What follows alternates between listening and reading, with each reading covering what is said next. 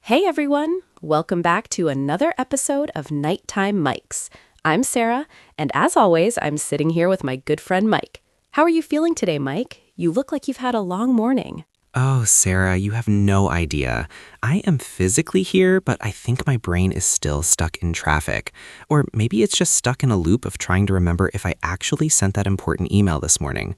Have you ever had one of those days where you sit down at your desk, you have a huge list of things to do, and then suddenly it's 3 hours later and you've somehow ended up watching a documentary about how they make giant rubber bands? No way! A documentary about rubber bands? That is so specific, Mike. But honestly, I totally get it. It happens to the best of us. We call that the rabbit hole. You start with one small thing, and then you just wander off into the digital wilderness. And that is actually the perfect way to start our topic for today. We're talking about focus at work. It's something everyone struggles with, whether you work in a busy office or from home in your pajamas. Oh, absolutely, especially the pajama part. Sometimes I think working from home is harder for focus because my bed is right there, the fridge is right there, and my PlayStation is definitely right there. It's like a constant battle between productive Mike and lazy Mike. And let me tell you, lazy Mike has a lot of good arguments. I know, right? It's so hard to stay on track when there are so many things competing for our attention. I read a study recently that said the average person gets interrupted every 8 minutes. Can you believe that? How are we supposed to come up with great ideas or finish a report if we can't even get 10 minutes of peace? 8 minutes? Wow, that actually sounds like a lot of time compared to my office. Between people walking by to ask about my weekend, my phone buzzing with group chat messages, and the constant ding of new emails, I think I'm lucky if I get 4 minutes of focus. It's exhausting. It feels like I'm trying to run a race, but someone keeps tying my shoelaces together every few steps. That's a great way to put it. It's like we're living in a world designed to keep us distracted. But you know, Mike, I've been doing some research because I was really struggling last month. I felt like I was working all day, but getting nothing done. I was just busy, not productive. There's a big difference, don't you think? Oh, 100%. Being busy is easy. You can answer 5 emails, move some files around, and attend a meeting where you don't even talk, and you feel busy. But at the end of the day, you haven't actually moved the needle on your big projects. It's a trap. I fall into it all the time. I'll spend an hour organizing my desktop icons just to avoid starting a difficult task. Exactly. We avoid the hard stuff because it requires deep focus. And deep focus is scary. It's easier to do the small, shallow tasks because they give us a little hit of dopamine. But I found a few things that really helped me figure out how to reclaim my brain. Should we dive into some of these? I'd love to hear what you think about them. I am all ears, Sarah. Please save me from the rubber band documentaries. What's the first thing on your list? Well, the biggest one, and I know you're going to hate this, is the smartphone. We have to talk about the phone, Mike. It is the ultimate focus killer. Oh, I knew you were going to say that. My poor phone. It's my best friend and my worst enemy. But you're right. Even if I'm not using it, if it's sitting on the desk next to me, I'm thinking about it. I'm wondering if someone replied to my text or what's happening on Instagram. It's like it has a magnetic pull. It really does. There's actually a term for it, phone proximity effect. Even if it's face down or turned off, just having it in your sight uses up some of your brain's processing power because you're actively trying not to check it. So what I started doing is putting it in a drawer in another room. At first, I felt really anxious, like I was missing out on something huge. But after 30 minutes, I forgot it even existed. In another room? That sounds so extreme. What if there's an emergency? What if the pizza delivery guy calls? Okay, maybe not a pizza emergency, but you know what I mean. I feel like I need to be reachable. I thought so too. But honestly, Mike, how many true emergencies have you had in the last year that couldn't wait for 45 minutes? Let me think. Actually, 0. Most emergencies are just people asking me where a file is or if I want to grab coffee. You're making a good point, even if I don't want to admit it. So you just hide it away? I do. And if I'm really worried, I set my phone to do not disturb, but I allow calls from my family. That way, if it's actually important, they can get through, but the random notifications from apps don't stand a chance. It's a game changer. I call it building a fence around my focus. Building a fence. I like that. I need a tall fence with some barbed wire for my phone. But what about the computer itself? I have to use my computer for work, but that's where all the distractions live too. I'll be writing a proposal and then, oops, I'm checking the news. How do you handle that? That's where time blocking comes in. Have you ever tried it? Instead of having a general to-do list, you actually put blocks of time on your calendar for specific tasks. So from 9 to 10:30, it says write proposal. During that time, that is the only thing I'm allowed to do.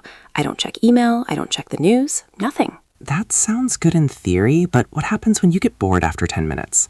That's my problem. I start with a lot of energy and then I hit a difficult part of the task and my brain just goes, nope, this is too hard. Let's go look at pictures of vintage cars instead. That's where the 5-minute rule helps. Tell yourself you only have to work on it for 5 minutes. Just 5. Usually, the hardest part is just starting. Once you get over that initial wall, you often find that you want to keep going. You carry on naturally because you've built up a bit of momentum. Carry on. I like that phrasal verb. I need to carry on more and give up less. You know, I tried that once, but I found that I was still getting distracted by my environment. I work in an open plan office and it is so loud. My coworker, Dave, sorry Dave if you're listening, he eats the loudest apples in the world. Seriously, it sounds like he's eating a piece of wood. How do you focus when Dave is eating wood next to you? Oh no, the apple cruncher. Every office has one. My version is the pen clicker. I used to work with someone who would click their pen for hours. Click, clack, click, clack. It drove me crazy. No way, that would drive me insane too. Did you say anything? I was too shy to say anything, so I bought some high-quality noise-canceling headphones. They were a bit expensive, but oh my gosh, Mike, they saved my life.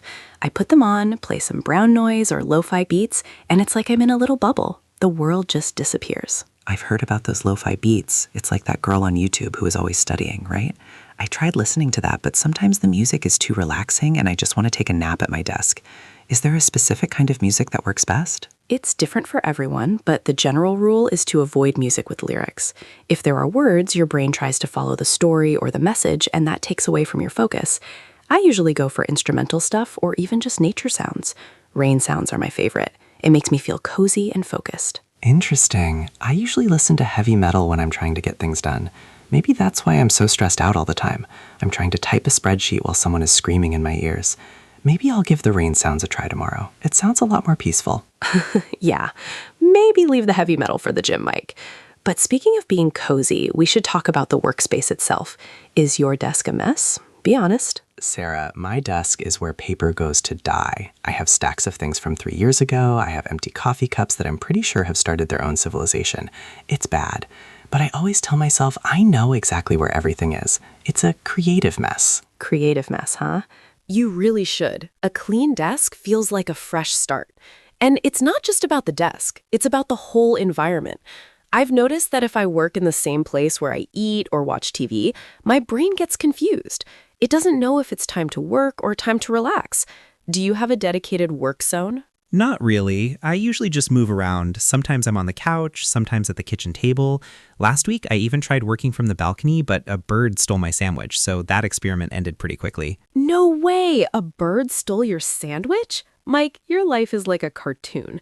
But seriously, the balcony might not be the best place. If you can, try to have one specific spot that is only for work. When you sit down there, your brain goes, okay, now we are in work mode. It's a psychological trigger. That makes sense. I guess when I'm on the couch, my brain is thinking, where's the Netflix remote rather than where's the quarterly report? I should probably set up a proper desk in the corner of my room. It's all about setting yourself up for success, right? Exactly.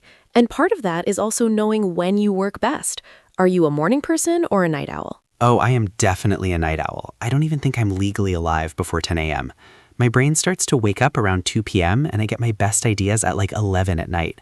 But my job is 9 to 5, so I'm always fighting against my own clock. That is so common. It's called your circadian rhythm. If you know you're not a morning person, don't try to do your hardest, most creative work at 9 a.m. Use that time for the easy stuff, like checking emails or filing papers. Save the big, brain-heavy tasks for when you know you have the most energy. For you, maybe that's right after lunch. Actually, yeah. Around 2:30, after my second coffee kicks in, I feel like I could conquer the world. But I usually waste that energy on small talk. I should save up my big tasks for that window of time. That's a great tip, Sarah. I never thought about matching the task to my energy level. It's a total game changer. Most people try to force themselves to be productive at times when their body just wants to rest. It's much easier to work with your body than against it. And speaking of lunch and coffee, what are you eating during the day? Because that makes a huge difference too. Uh-oh, I don't think you're gonna like the answer. My diet mostly consists of whatever is fastest, so lots of donuts, pizza, and about 6 cups of coffee.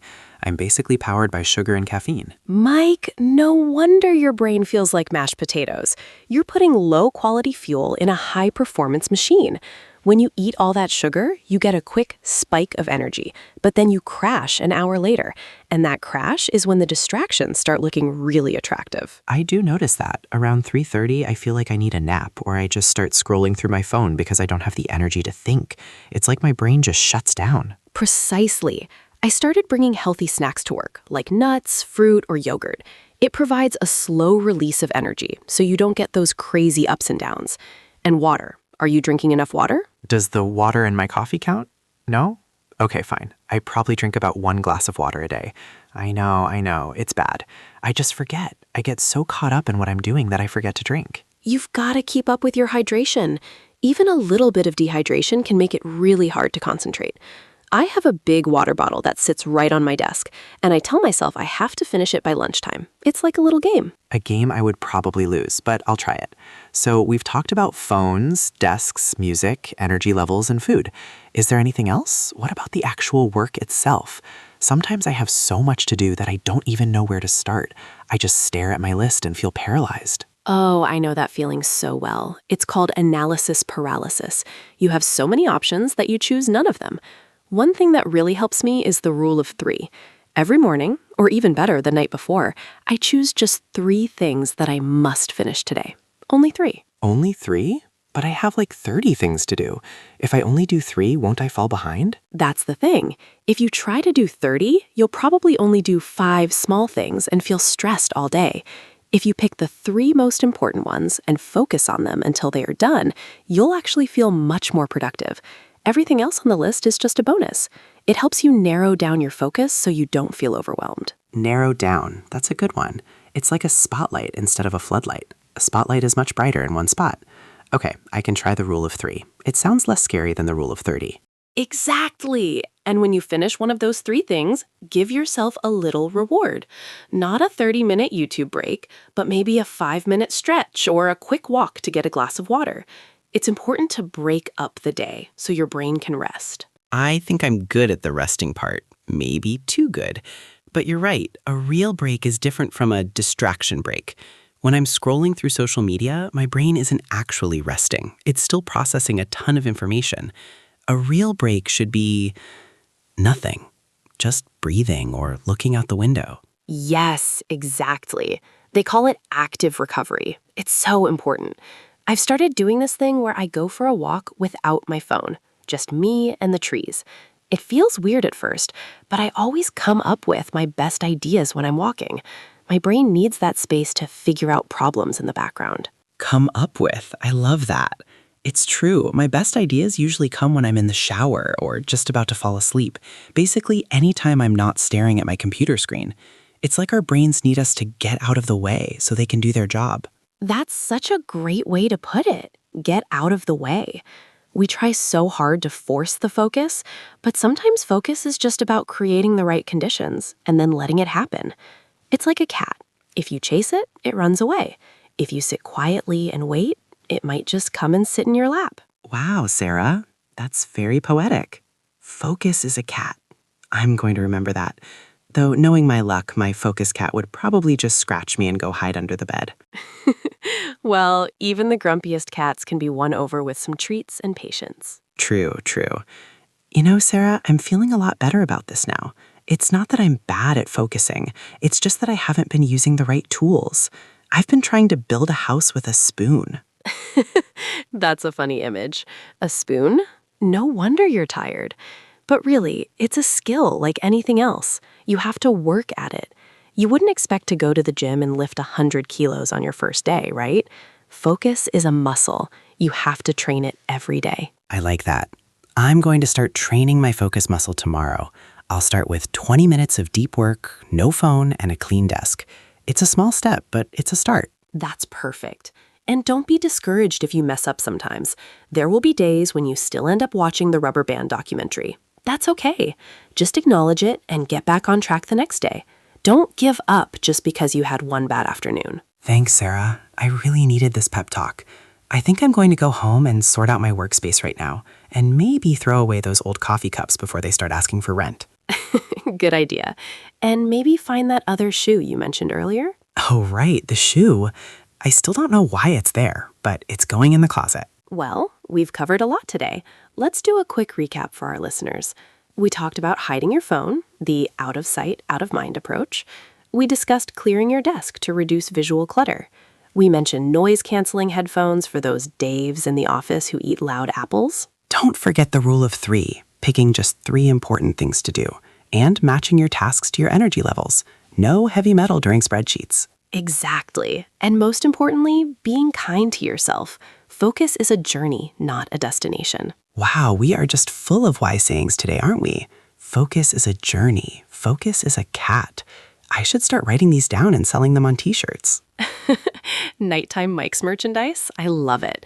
We can have a picture of a cat sitting on a giant rubber band. Perfect. People will be so confused, but we'll know what it means. Well, I think that's all the time we have for